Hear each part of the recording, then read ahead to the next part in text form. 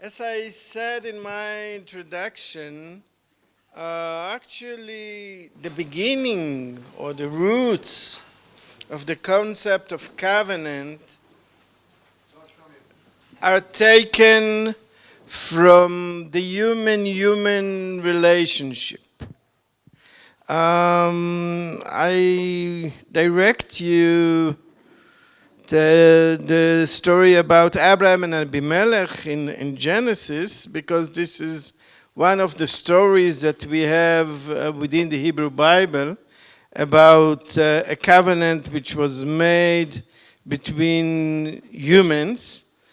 Each of them, Abimelech and Abraham, is the head of some group, and the two groups are establishing some relationship between them, which ended up with the ceremony of making a covenant.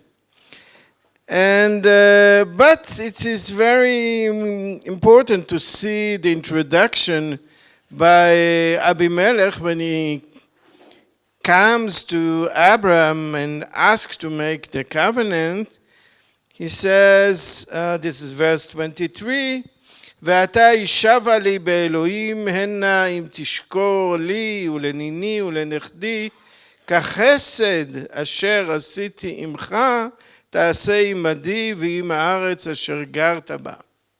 So there is some kind of claim. I've made good things with you. I gave you some benefits. And I want you to pay me back with being loyal to me and do me also favor, give me some benefits. So actually here we see, I can give it a title, this is some kind of commercial relationship of mutual benefits among the two parties. And this is actually the stories that we have here about Abraham and Abimelech is a good, very good representation of the use of covenant in traditions that we have in the ancient Near East, in areas which are to be associated with Abraham. Because if we go to the text of Mari, Mari is an area on the Euphrates River, not far from Aram Naharaim, where Abraham and his family lived. And among the texts that we have in Mari, this is 18th century BC, there is some information about two tribes. One of them is called Bani Yamina, probably the forefather of our Benjamin. So it said the Bani Yamina, the tribe of Bani Yamina, made a covenant with another tribe in order to make peace and harmony between them. Where they did it? In the city of Haran, which is this city of where the family of Abraham sat. Where did they made this covenant? In the temple of the god Sin. The god Sin was the main god of the city of Haran. He was the moon god of Mesopotamia.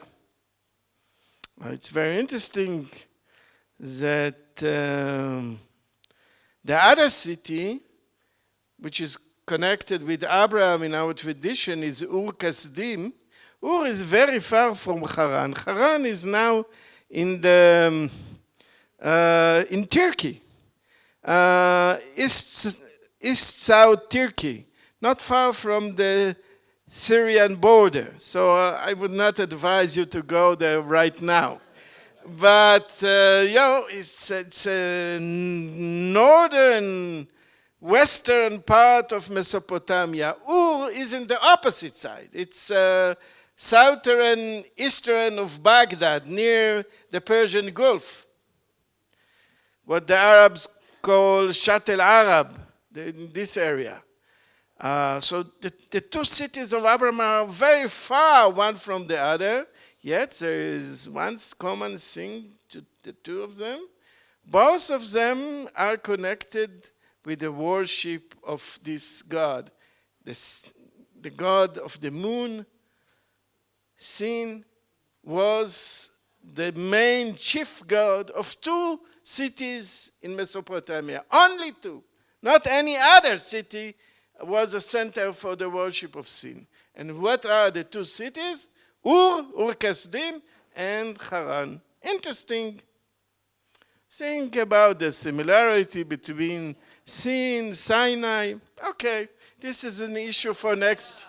This is an issue for next year, not for today. Anyhow, what I would like to take from this story in the Mari document, is that then when they say the tribe of Bani Yamini made a covenant with this other tribe,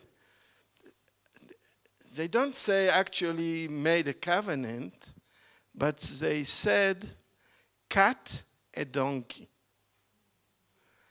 Because it was regular to, in the ceremony of making covenant, to cut a donkey. I don't know why a donkey.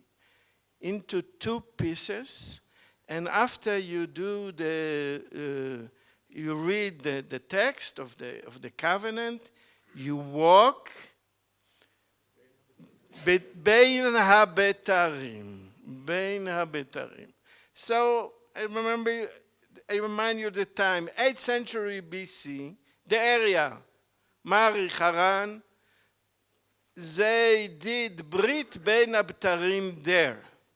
So if I was asked about Brit ben Abtarim, we see that the issue of going ben Abtarim, which is, by the way, repeated in the Bible also in the book of Jeremiah, just before the fall of Jerusalem, they made a covenant there and to send away all the slaves to fulfill the rule of Shiluach Avadim.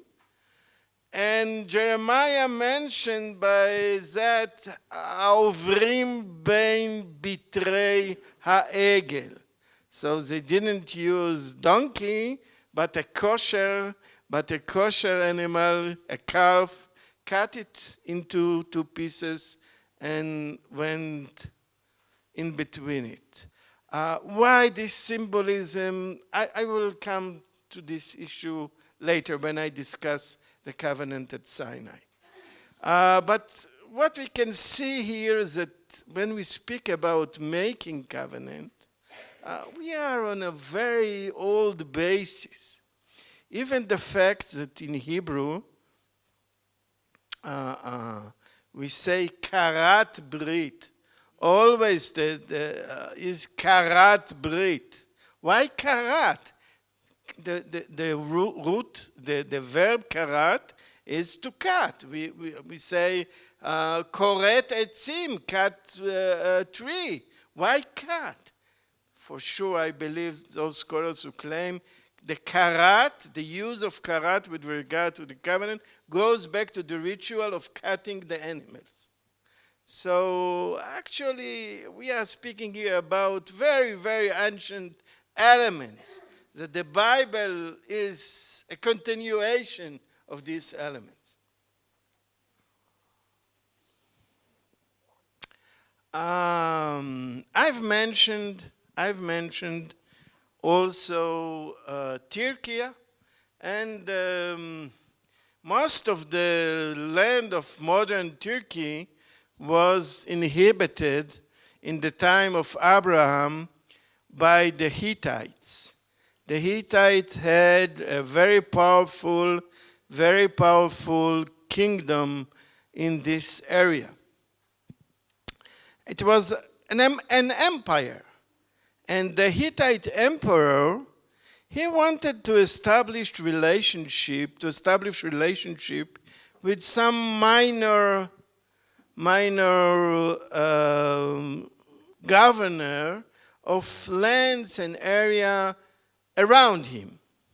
For instance, he wanted to make an agreement with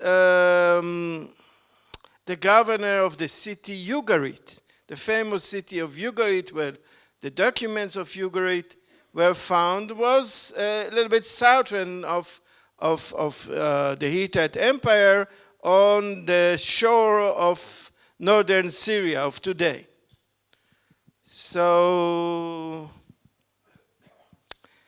he wanted to make relationship with the governor, the king of Ugarit.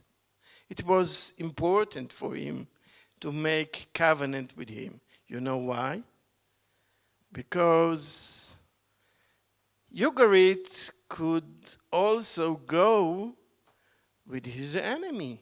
Who was the enemy of the Hittites in that period? The Egyptians. So Ugarit in some way is between the influence of the Hittites and of the Egyptians who ruled the land of Canaan in this period. So it is on the border between Hittites and Egyptians. So you want to attract your neighbor, he is minor, but you want to attract him and to establish firm relationship with him, that he will not look to the other guy, to the Pharaoh, and go with him, because this will be dangerous to you. So what do? You go to the king of Ugarit, and we have the document, and you tell him, you know, the king of Ugarit, I have done a lot of benefits to your father. He had no food one year, and I've sent him food. He was attacked by another enemy from the east, and when he was in trouble, I came and helped him from his enemies. Now I want to establish firm relationship with you. You should be loyal to me. You should pay me some taxes. This will be the covenant that I will establish between me and you. If you will be loyal to the covenant and fulfill all my commandments, I will guard you. If you will be hungry, I will give you food. If somebody will attack you, I will come and help you to defend you from all your enemies. However, if you will dare to look aside, to turn your face from me, and to look on Egypt, on Pharaoh, if you will stop being loyal to me and to obey to my commandment, and you will go with other, then all the curses of the God will come on you, and I will do whatever I can to destroy you. Okay? We have several, not just one, I would say like 30 texts like this between the emperors of the Hittites and vassal minor kings in the area. Also the king of Aram Naharaim which was called Mitanni in this period, made such an agreement with the Hittites. The Hittite kingdom collapsed around the year 1,200 years, just in the transition between what we called the Bronze Age and the Iron Age. This was a terrible time. Some unrecognized climate phenomena, Middle Eastern warming. We don't have, you know, the Indians in North America, they did not write in this period. So we don't know, maybe it was also in New York. But we don't have any evidence. We have evidence from here, from this area. And we know that all over, from, you know, Greece, Turkey, Babylon, Corsica, Sardinia, all the islands of the sea, warming, no rain, no food, great shortage of food. So everybody tries to go to the only place in the area where some food was left, Egypt. On their way, the people who came from Iyayam, Haplishtim, and other tribes of Goyayam, they destroyed everything. They destroyed the Hittite, they destroyed Ugarit, nothing was left. Exactly when the Hittite Empire finds its cruel and brutal end, some other nation is be born in the area at the same time. The last evidence about Hittite land is letters that the Hittite king sent around the year 1200 BC, asking for people in the area to send them food because they don't have what to eat. It is very interesting that in the same time that the Hittites are disappearing from history, another nation is coming to the history. The nation of Israel. The first record of Israel, as probably many of you know, come outside of the Bible, comes from a stela of one of the pharaohs.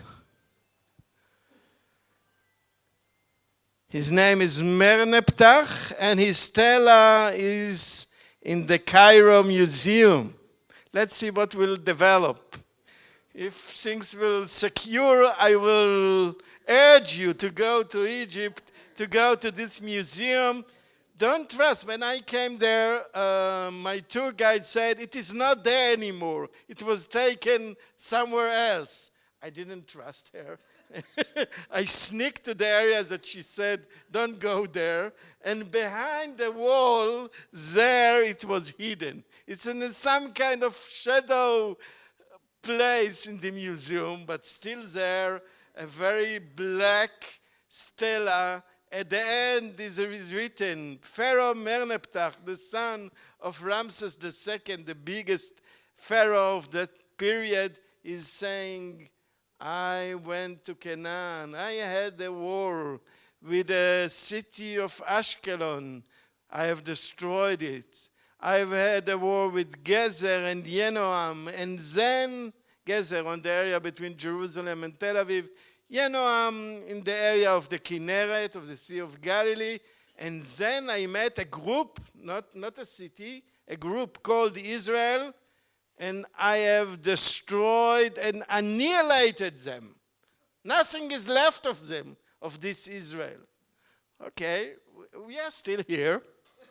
Probably, it was not an accurate description of what happened. Anyhow, this is the first mention of the people of Israel in history. The year is probably 1210 BCE, just the time when the Hittite disappeared.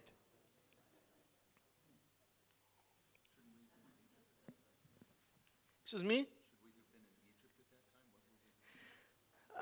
Okay. Exodus is an issue to deal with in a separate class. Okay, so I have now Sinai, Exodus. Okay, this is for next year. Okay? What I would like to argue is that when the Hittites disappeared, they left something in the area, some tradition, which was picked up by the early Israelites and reused, but in a different way. The early Israelite society was very, very unique. We know it both from the Bible itself and from archaeology. We know that when they settled in the land, they had no earthly king. This is the period of Judges. They didn't have any king, only the charismatic leaders, the judges. And when there is an effort in the time of Gideon to make a dynasty, they come to Gideon. He said, no, I'm not going to rule you. My son will not be your king. Adonai Shol Bachem, your ruler and king is God. This was the time of Malchut Shamayim. The early Israelites made a great rebellion against the tradition of the ancient Near East with its kings and emperors. They rejected this system. They came to Tahrir Square and shouted, "We don't want a king. We don't want a pharaoh." Okay?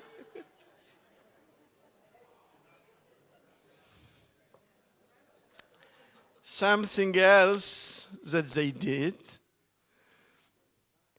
they have established an egalitarian society.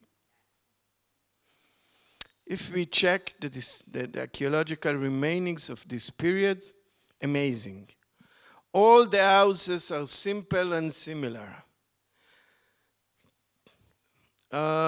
Dishes, none of them is decorated with any colors, something which was very typical for people who could afford it to import from Cyprus, from other countries, decorated dishes. Everything is very simple and very similar. We don't find any remainings of burials in this period. No tombs are found. No tombs. Why? We cannot assume that they expose the dead people to the birds like the Persians do. Probably the reason is that it was so simple. The way of burying people was so simple that no archaeological remainings were left. a kingdom of simplicity, rejecting any difference between levels of society, and rejecting the idea of human kingship. Rejecting the idea of human kingship by saying we are the servants of one king, which is not an earthly king, but an heavenly king.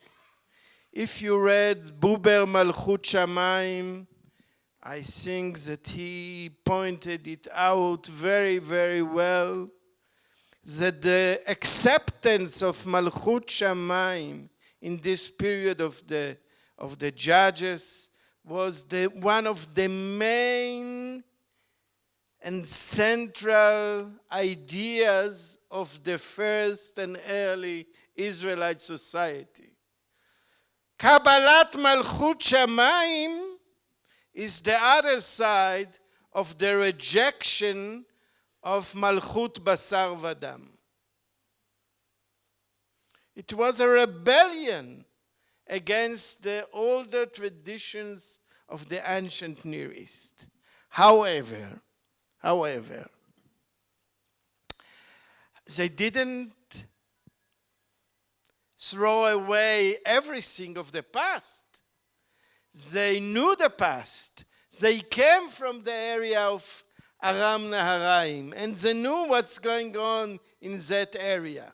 And they said to themselves, okay, this system of covenant, we cannot accept it in the Hittite form because we don't have an earthly king, and we don't have to have vassals from the other countries. So this is not for us. But we can put new wine into these old vessels. How?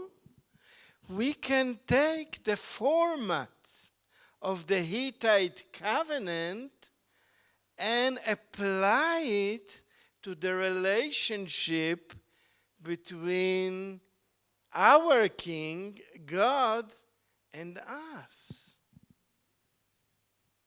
So basically, if we look about the covenant in the Hebrew Bible, it is an adaptation of the Hittite form of covenant. God is taking the place of the Hittite emperor, and Israel is the vassal.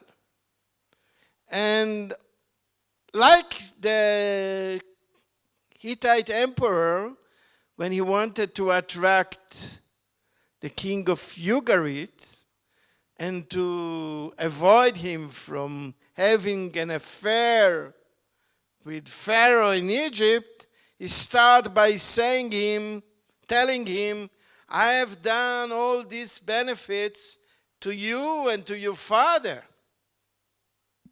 The ceremonies of making Brit, covenant with God, both in the Torah and after the Torah, Joshua 24, they start with telling the chasadim and benefits that God made to us.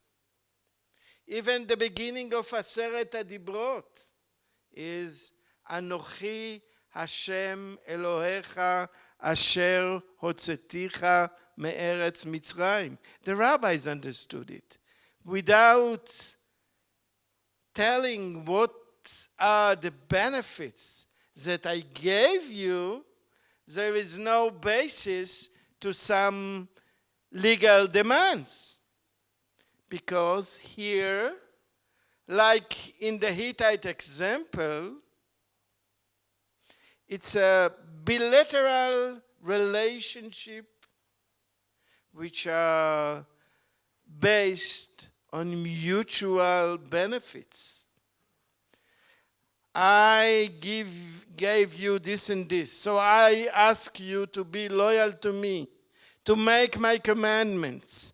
אם בחוקותיי תלכו, משפטיי תשמרו אותם, you will get more benefits. If not, okay, I don't want to repeat the klalot of, the end of Leviticus and the end of Deuteronomy. Those in Deuteronomy are so harsh, and that we don't read them even in the synagogue aloud. We whisper and say them because they are terrible. Brit is about mutual relationship. Brit is about mutual benefits. This was the case in Sinai. This is the case in Joshua 24. And the ceremony at Sinai, the ceremony of at Sinai, in 24, in Exodus 24, is very interesting. I read Exodus 24. I read Exodus 24. From verse 3. ויבוא משה, ויספר לעם את כל דברי השם ואת כל המשפטים, ויען כל העם כל אחד ויאמרו, כל אשר דיבר השם נעשה. It is a very significant verse because I would say destroy several rabbinic mythologies. First of all, it destroyed the issue of Naaseh v'Nishma. Not that Naaseh v'Nishma is not written, it is written. But as you can see it here, they heard very clearly what is the covenant about before the actual ceremony was done. So nothing can be said, we didn't hear it. Another rabbinical mythology which is destroyed by this verse is the issue of Kofo lehem har kegigit. So the rabbis wanted to say, no, Sinai was illegal. Hadar kiblua b'mei Achashverosh. They reestablished the connection in the time of Megillat Esther, where it is said, Kimu v'kiblu hayudim aleim. So the Sinai covenant was illegal. Why? Because God took, I will take my kippah. This is Mount Sinai. These are the Israelites. He came to them and told them, are you accepting my laws?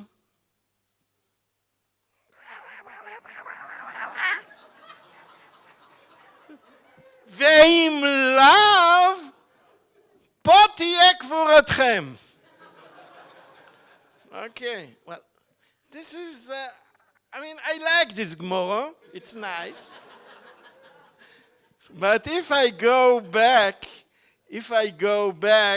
to the Torah, no, they heard everything. It's true, there were many miracles at the beginning, but now it's the atmosphere is more calm, and they hear everything and they say, okay, we agree. So Moses is writing everything, and then he waits to the other day, probably to give them a chance to regret. So it's not, after they said yes, he could immediately make the ceremony, but he said, okay, we will do it tomorrow. So they had extra time to reread it, to have their thoughts. If they wanted to regret, they had time to say, okay, well, we read it very fast at the beginning. Now when you see all the Taryag, wow, maybe he can give us some shorter version with less commandment. Instead of Taryag, maybe Yag. Oh. 13 Ikarim and 13 mitzvot. It's nice, no? You gave the Goyim 7 mitzvot, Bnei Noach, and to us you give Taryag. What? Unfair. Okay, but they didn't come with this. So on the other day,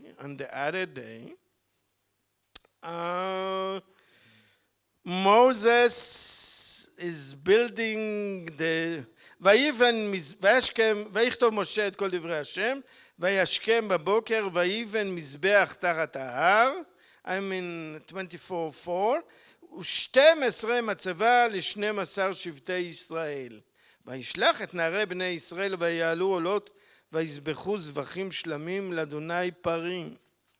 ויקח משה חצי אדם וישם בהגנות וחצי אדם זרק על המזבח.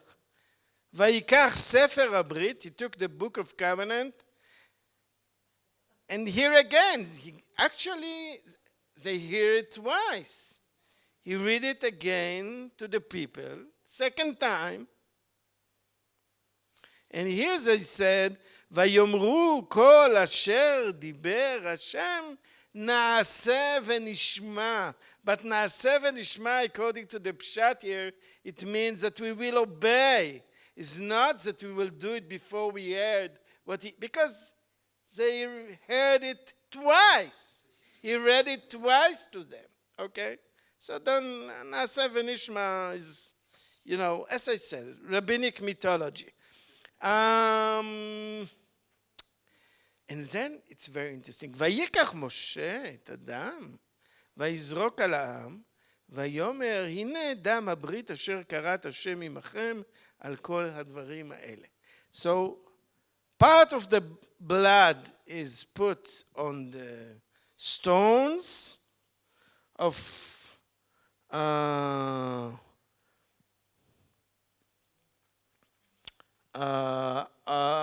the altar, and the other part is thrown on the people. So there's some blood connection here between Israel and God. Well, there are different interpretations to the issue of Brit Ben Abtarim, the cutting of the animal. Some say that it is kind of warning for those who will not obey the covenant, they will cut like the animal. But it might be that there it also has to do something with the blood of the animal which is thrown on both parties. Blood and covenant is something very, very ancient. Jesus picked it up and he said, there is no blood without, there is no covenant without blood, and my blood is the blood of the new covenant. This is in the last night, the Last Supper. It's in the Last Supper, but he had something correct within the verses. Anyhow, if I would like to summarize this part, I would say that in the ancient Near East, covenant and making a covenant is usually done between two human parties. And it has to do with establishing a bilateral relationship between the two parties. And it is based of two-sided benefits, namely, the two parties, each of them is getting some benefits from the covenant. So, in a way, you can call it, in a way, in a commercial agreement, because there are benefits to both sides. This is the essence of the Near Eastern ceremony of making a covenant. It is, of course, connected with some cultic issues, the cutting of the animals, mentioning names of gods who are responsible or witness the covenant, etc., etc. But basically, it's about issues of human relationship. The early Israelite community rebelled against the imperialism of the ancient Near East. When they established their own community, they didn't want to have a king. They have established an egalitarian society with the idea of Malchut Shamayim. God is our king. When they wanted to have some framework to their relationship to the divine king Hashem, they took the forum which was built by the Hittite Empire and established it and adapted it to organize the relationship between them and God. God is the new emperor. We are the vassal king of God. He did us many benefits in the past. He claimed us to be loyal, to worship him, to obey his commandments. If we will obey his commandments, he is promising us many benefits. If we will not be loyal, if we will turn to other gods, like the king of Ugarit, if he will turn to the Pharaoh, he will be severely punished by the Hittite emperor.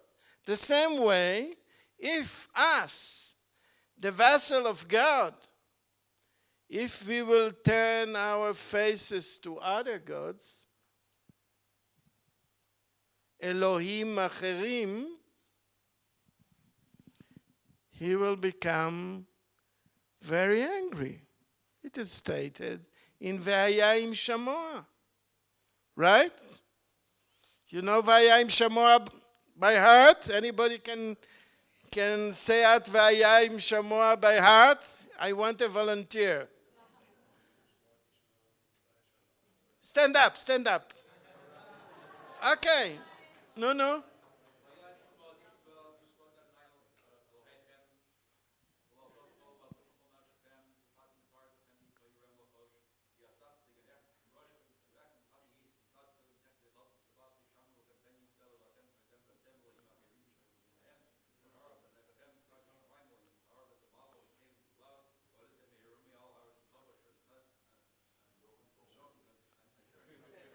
Yisher Koach Godel.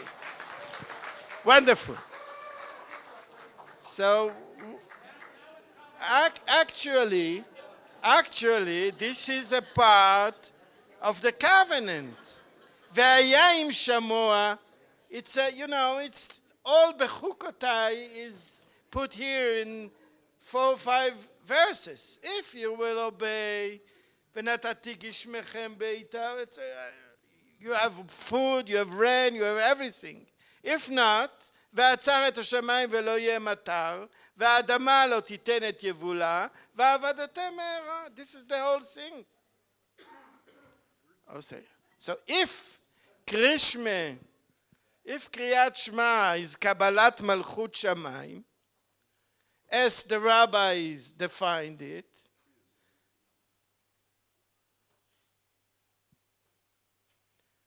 Vayayim Shamoah is actually the conditions of the covenant.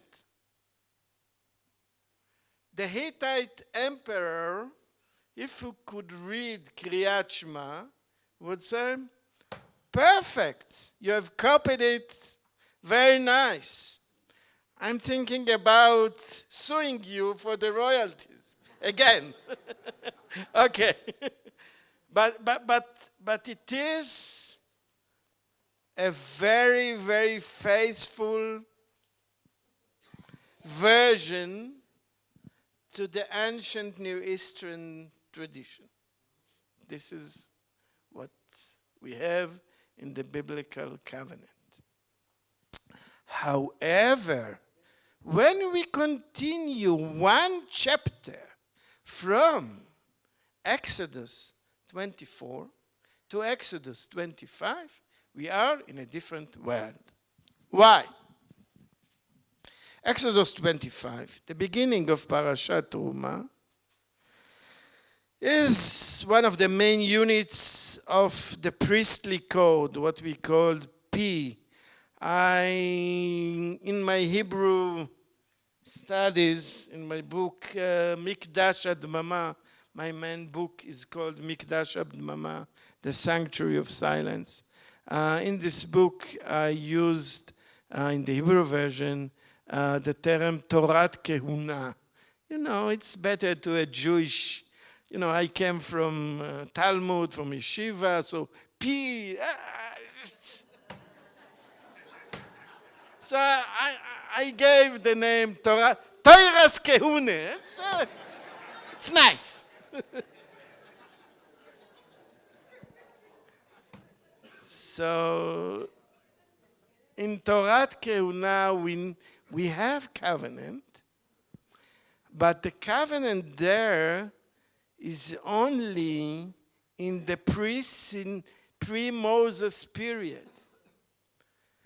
We have a covenant in Torat Kehuna with Noah, the covenant with Noah, with, you know, the Keshet.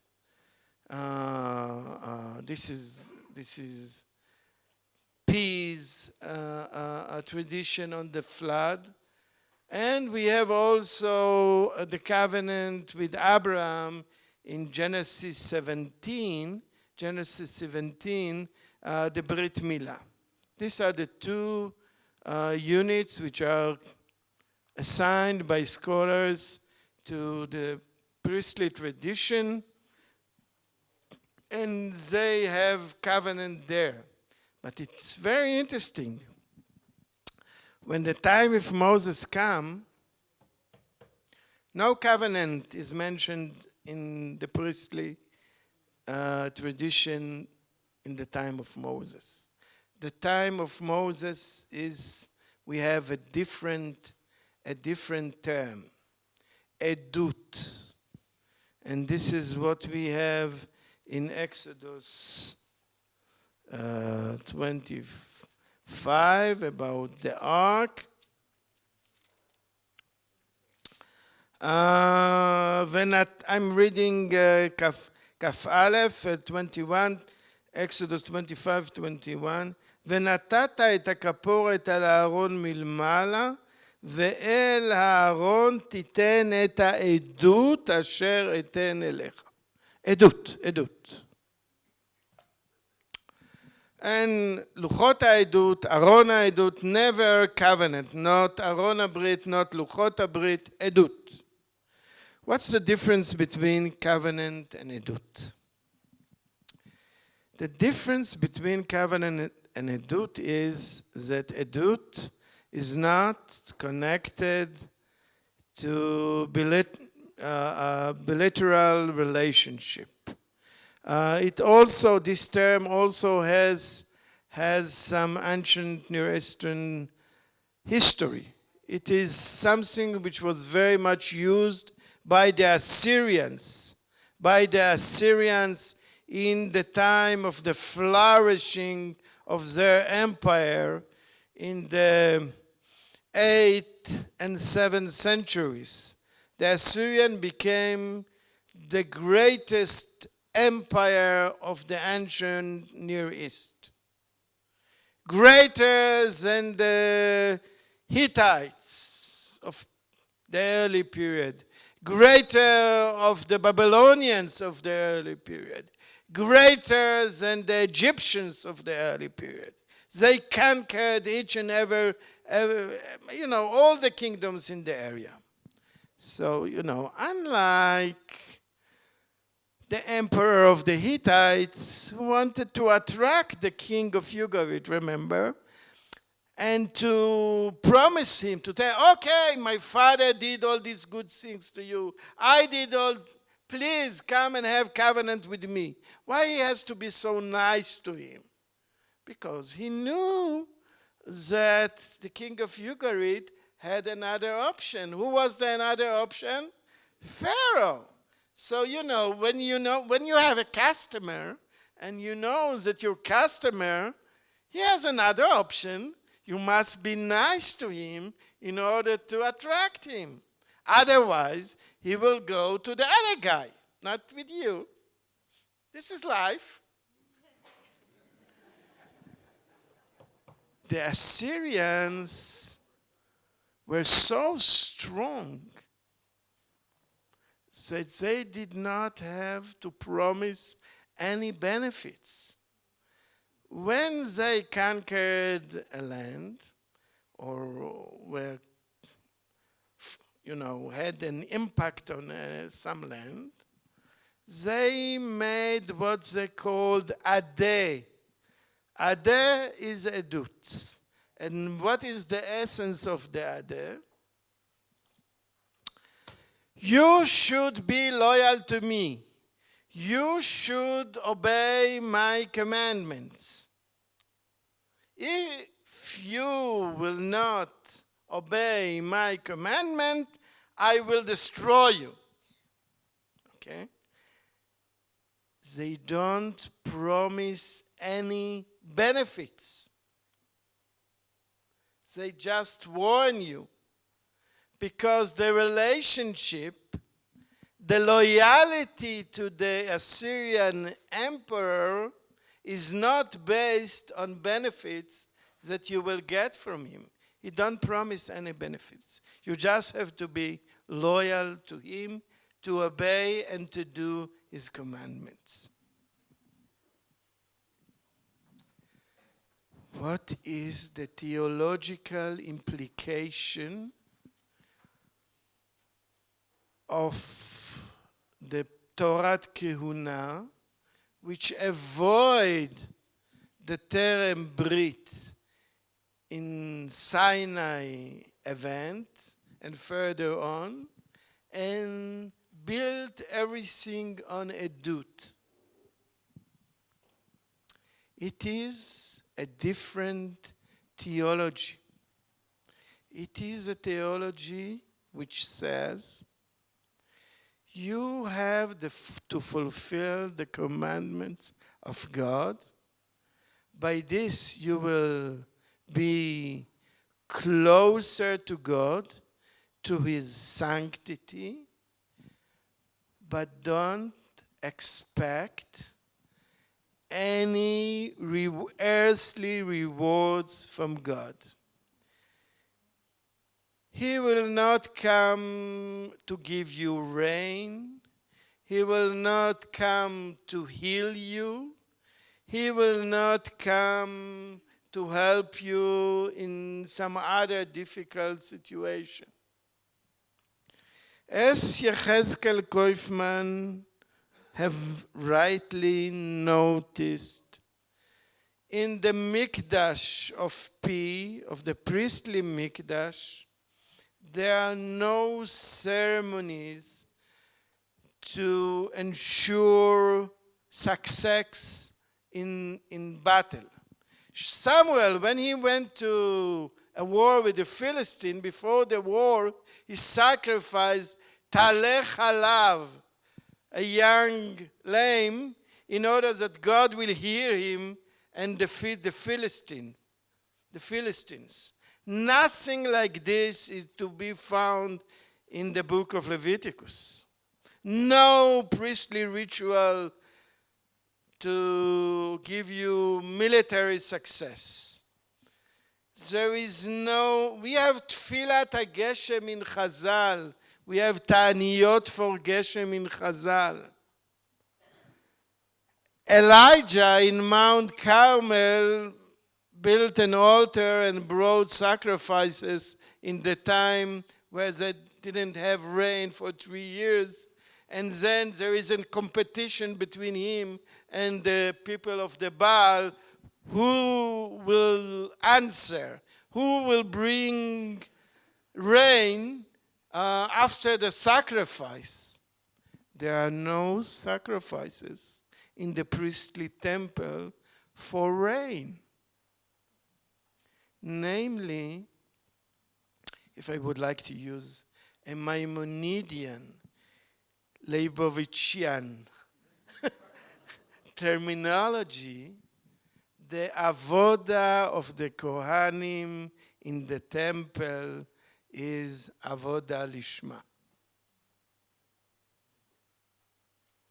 When I found it while I was writing my dissertation, I was so surprised and thrilled by it that I sent a copy of this chapter of my dissertation to Yeshayahu Leibovitch, and we met in his room in the Hebrew University, and he was very happy about my finding.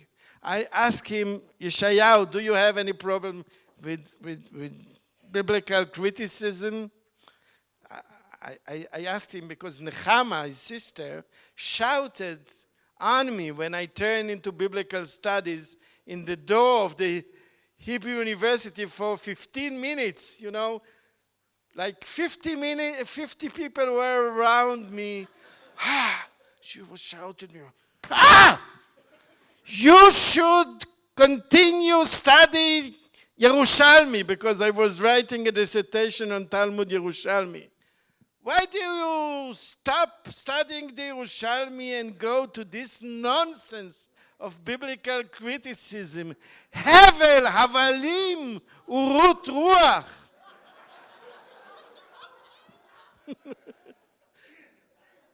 So when I came to meet Yeshayahu, her brother, I was a little bit scary. So I, said, I didn't know what would be his attitude. I said, do you have any? He said, no. The Kedusha of the Kedushat HaTorah נובעת מהחלטתה של כנסת ישראל לקבל עליה את התורה. וכל מה שהיה קודם לכן, לא חשוב.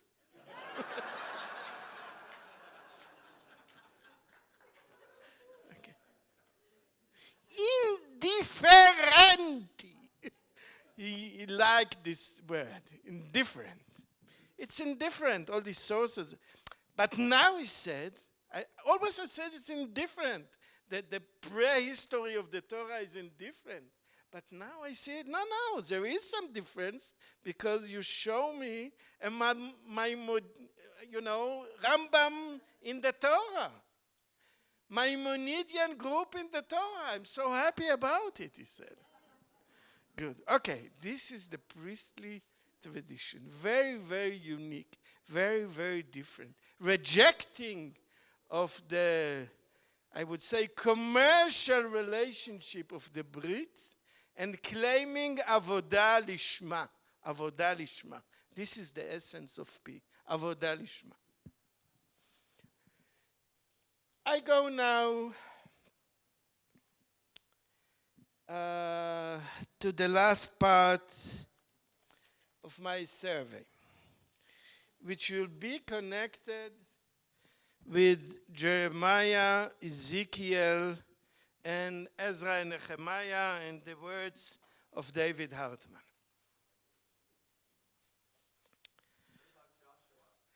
Okay, let's say a few words about Joshua.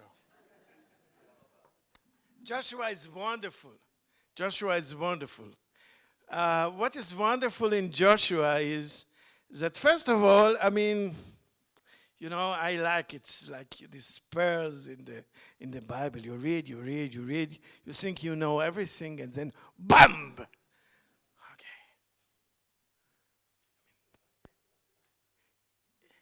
If we read the Torah, and there was a covenant at Sinai, which we read, and then at the end of Deuteronomy, you have a reenactment of the covenant in Arvot Moav. And then you come to this chapter of Joshua, where for sure nothing of the previous covenants is mentioned. How can Joshua, it's so nice that Joshua is always pushing them, no, don't be so fast to go in relationship with this God. This is a very difficult God.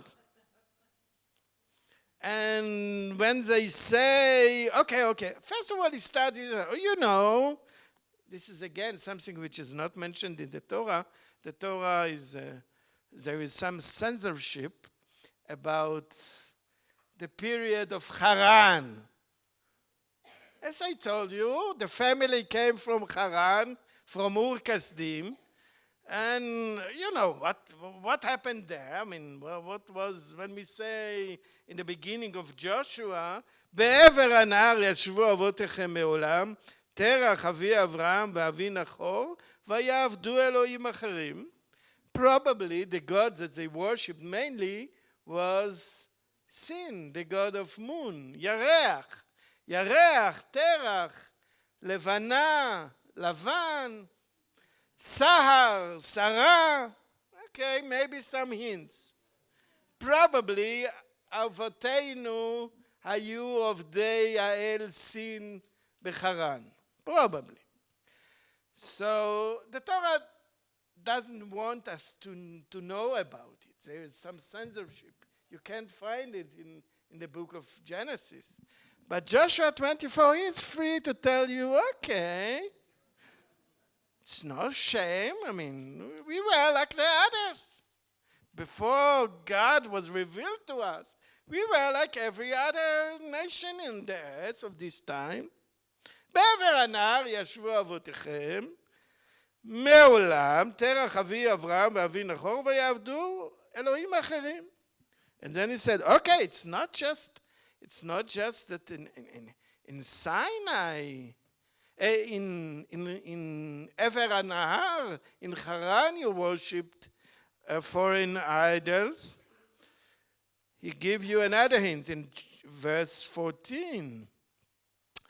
ועתה יראו את השם ועבדו אותו בתמים ובאמת, והסירו את האלוהים אשר עבדו אבותיכם בעבר הנהר ובמצרים. So they worshipped Avodah Zarah also in Mitzrayim.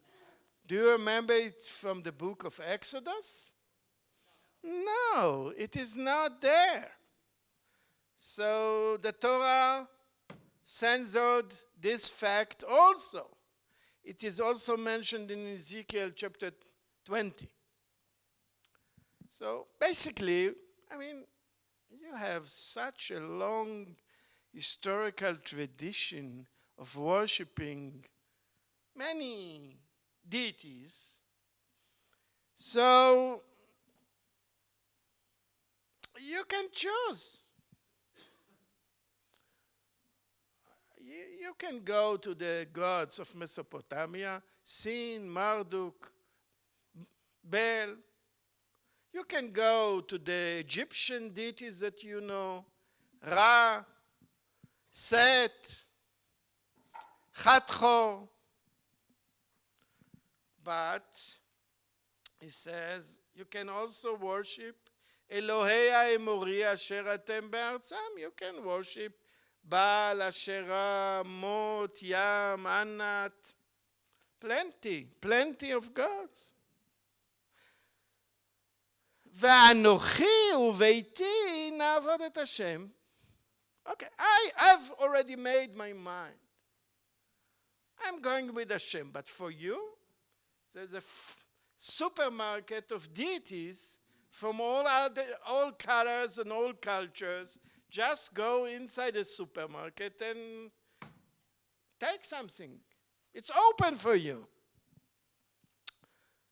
I mean, how can you say it if you are already connected to God with the blood of the covenant ritual in Sinai. Chazal, the Mechilta, when they speak about the throwing of the blood, they say, Harei atem anuvim, harei atem kshurim. Now with the drops of blood on your bodies, you are tied to this God. Oh, we don't get the impression here of any previous commitment, of any previous covenant. Nothing. It's absolutely open now. And when they say, oh, we want to worship God, he says, Joshua is telling them, verse 19, ויאמר יהושע אל העם לא תוכלו לעבוד את השם כי אלוהים קדושים הוא אל כנוהו לא יישא לפשעיכם ולחטאותיכם כי תעזבו את השם ועבדתם אלוהי נכר ושב והרע לכם וכילה אתכם אחרי שהיטיב לכם. Be careful, be dangerous. It is very dangerous and scary. You know, you are used to worship all these deities of the ancient Near East. All of them are very, I would say, pluralistic. They are very pluralistic. I mean, you can worship in each culture, there are many deities. But also, if you worship, let's say, Anat or Baal, and then you go to Egypt and you want to continue to do it, it is perfect because you will say, okay, Baal is the god of rain in the Canaanite religion. So I can go here in Egypt with Set, who is the god of rain in Egypt. And we have evidence. The Canaanites in Egypt did this identification and worship Baal in relationship with the worship of Set. So it's such an easygoing world, such an open-minded, pluralistic. And now you want to go and choose this Elkanah? If you just, a short blink to this lady Anat, are you crazy? How can we understand the words of Joshua? I believe this is a very good educational method that he wants to. He wants the decision, not just that it is not, kafalem har kegigit, by putting these things in front of them, he wants them to insist on the choice on Hashem. After they have learned the danger, after they have learned the problems with this God, still they say, no. ויאמר העם אל יהושע 21, לא, כי את השם נעבוד. And then they making the covenant. And Joshua, this is a wonderful verse, 26. ויכתוב יהושע את הדברים האלה בספר תורת האלוהים. What a wonderful verse. Because we hear it here, what we hear is that there was another Sefer Elohim, because in the Sefer Torah, which is there, we have a Sefer Torah. I don't want to bother you, Ruti, to open, and we will have to stand and sing, Vayi bin so Aaron. Okay, I don't want to bother you, but trust me. I've read our Torah from beginning, from Bereshit ad Enei Kol Yisrael at the end of Deuteronomy. I don't know of anything there that is written by Joshua, or you have some introduction. Eila advarim asher katav Yoshua b'Shechem. But still it is said here, ויכתוב יהושע את הדברים האלה בספר תורת האלוהים. Okay, nice. What is the solution? I don't know. But, okay. And then, ויקח אבן גדולה ויקימיה שם תחת, it's written, העלה, אשר במקדש אדוני, העלה. Another censorship. Allah is shvua. You can't make a stone and put it under the shvua. How should we read it? Ha'ala instead of ha'elah. The tree, elah, elah. So what he did, he made a covenant, wrote it in some book of Torah that we don't know about, and then took a stone, put it, how we call this stone in good Hebrew, matzeva, and then there is a blessed tree there, which is called in good Hebrew Asherah. So there is a verse in Deuteronomy, לא תקים לך מצבה אשר שנא השם אלוהיך, ולא תיטע לך אשרה כל עץ אצל מזבח השם אלוקיך. So what Joshua did is the opposite of these two verses in Deuteronomy.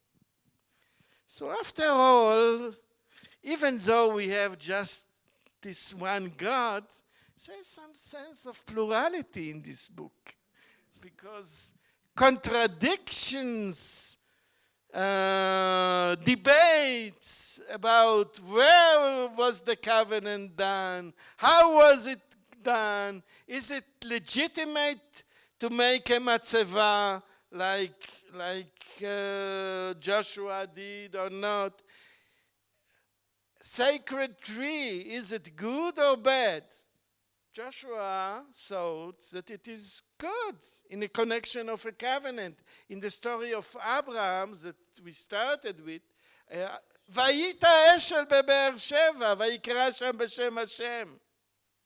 So you can see that, well, Joshua is correct that of course the pagan world is more pluralistic, but still our book is not that narrow and uniform. I love Joshua 24. It gives me some air to breathe. Good. Okay, now I go. שאלות בסוף. Now I have to go to Jeremiah, Ezekiel, Ezra, Nehemiah. Okay, let me say like this. What shall I say? I hope you read the wonderful discussion in David Hartman's book, A Living Covenant. I would say like this. I would emphasize something which is not emphasized by David. Jeremiah is a very pessimistic book in general. Always he condemns the people, have bad things to say about the future, but there is one turning moment.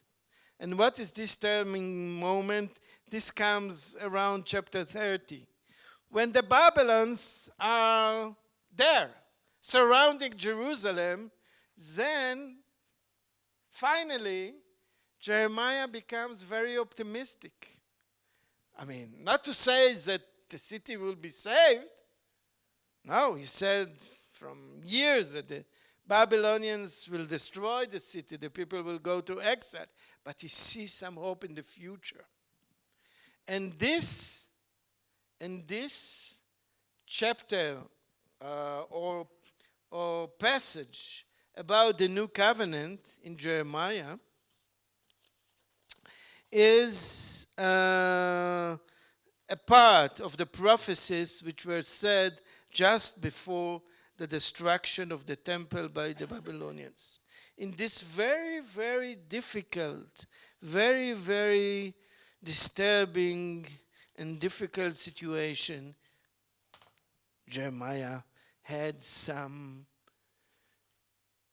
hope, some announcement of good things to come in the future. Not in the immediate future, but after that. I'm reading 31:30, Jeremiah 31:30. הנה ימים באים נאום אדוני וחרתי את ברית ישראל ואת ברית יהודה, ברית חדשה. לא הברית אשר קראתי את אבותם ביום החזיקי בידם להוציאם מארץ מצרים, אשר המה הפרו את בריתי ואנוכי בעלתי בם. I'm quoting my beloved and teacher Yochanan Mof Zichrono Livracha by correcting, instead of Ba'alti, Ga'alti. I discussed them. Ga'alti. Va'anochi Ga'alti, with Ain, not Geula. Ga'al, Goal Nefesh. Okay, I vomit. Okay. Va'anochi Ga'alti bam neum Adonai. כי זאת הברית אשר יכרות את בית ישראל אחרי הימים ההם נאום השם. נתתי את תורתי בקרבם ועל לוח ליבם אכתבנה והייתי להם לאלוהים והמה יהיו לי לעם. ולא ילמדו עוד איש את רעהו ואיש את אחיו לאמור דעו את אדוני כי כולם ידעו אותי למקטנם ועד גדולם נאום השם. So, the first covenant failed. Israel disobeyed the covenant. Israel disobeyed the covenant. God discussed them. So what is the future? They are now going to exile. The temple is going to be burned.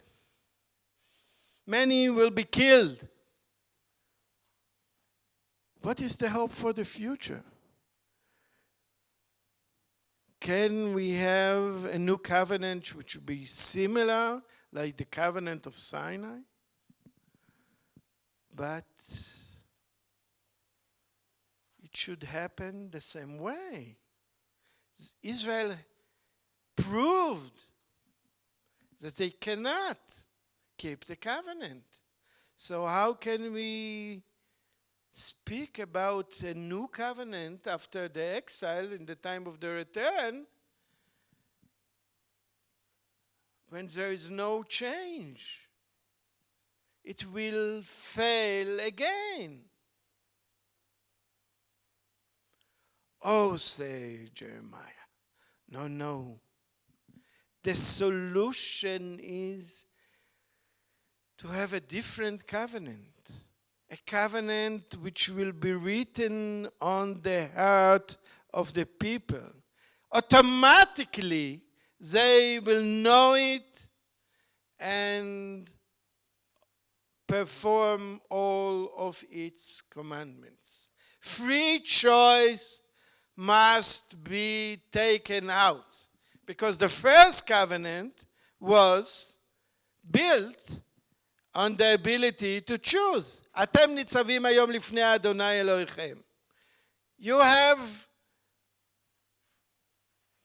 the possibility to choose between life and death, between good and evil. Free choice is the basis of the covenant.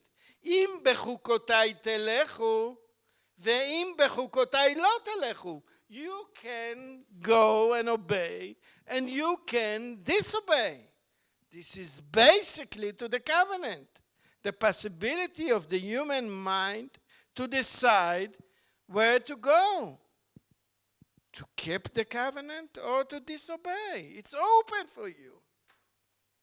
Jeremiah says, okay, we cannot repeat it again. Something must be changed. And the change will be taking out the free choice. There will be no free choice. It will be written on the heart. It means that you automatically will do it without a free choice. This is the only hope for the future. This is Jeremiah. Ezekiel takes this idea and develops it. Also in Ezekiel, it's the same. He starts to tell some prophecies about good prophecies about the future only after he had heard about the destruction of Jerusalem. Before that, he was very, very negative.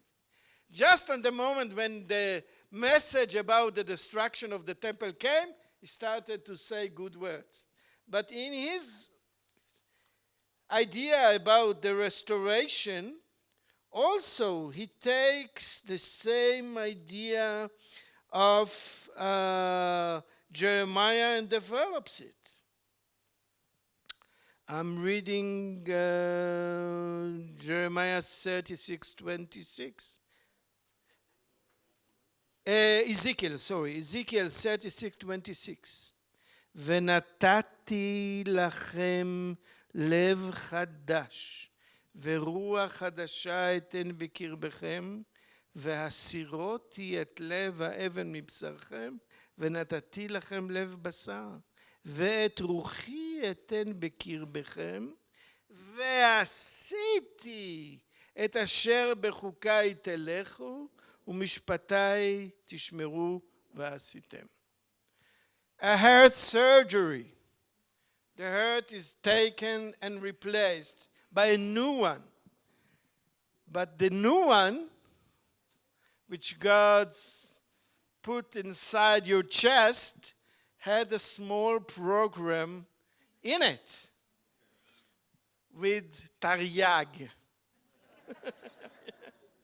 So, when you come in the morning, you don't ask yourself, it's cold outside. Shall I go to the synagogue or shall I stay home and do it at home? No, immediately the program makes you to run to the synagogue. I assume some of you would like to have such a program in the members of your community in Sabbath, right? Okay, this is the idea of Ezekiel, which continues the tradition of Jeremiah. The solution for the end is programming, new programming, taking the free choice. This is the new covenant, because the old one failed. Finally, we come to the time of Ezra and Nehemiah. And it's very beautiful how David described it. We come to the time of Ezra and Nehemiah. All the great hopes about the restoration were not fulfilled. When the second temple was built, the old people who knew and saw the glory of the first and the beauty of the first one, they wept. They wept because it was a tiny house. Poor people built it. Poor people subjected to the Persian government. And it's beautiful what they say in Ezra and Nehemiah. Nehemiah is saying in an introduction to the amanah that they are taking, an agreement. They say, after a survey of Israelite history, I'm reading Nehemiah 9, 35. והם במלכותם ובטובך הרב אשר נתת להם. Our forefathers, Nehemiah 9:35. ובארץ הרחבה והשמנה אשר נתת לפניהם לא עבדוך ולא שבו ממעל אליהם הרעים. So the commercial agreement didn't work. You gave them land with many fruits big land, rechava, shmena, tova, but they didn't worship you. They were not loyal to you. After all this giving, they disobey you. The commercial covenant, I will give you, you will give me, failed. הנה אנחנו היום עבדים, והארץ אשר נתת לאבותינו לאכול את פריה ואת טובה, הנה אנחנו עבדים עליה. We are the slaves of the Persian ruler, we have to pay him taxes. ותבואתם ארבע למלכים אשר נתת עלינו בחטאותינו, ועל גוויותינו מושלים,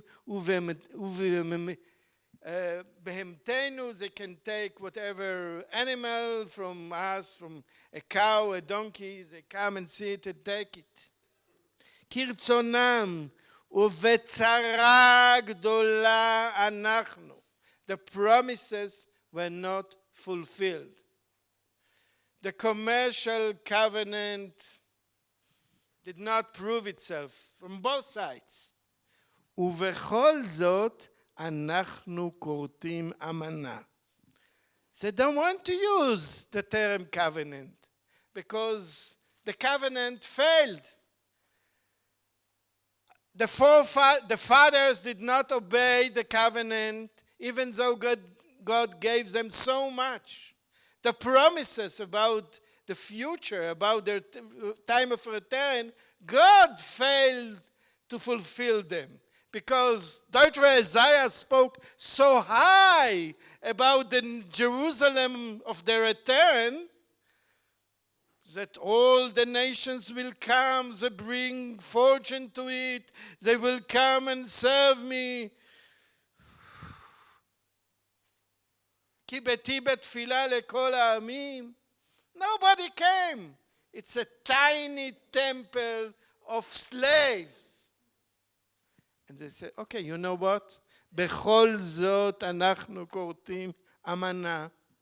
We don't want to continue with this tradition of the covenant.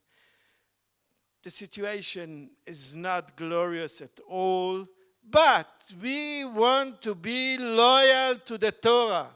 Not for the benefits that you will give us. Because our loyalty to the Torah. Again, we have here something which I can define as Torah Lishma.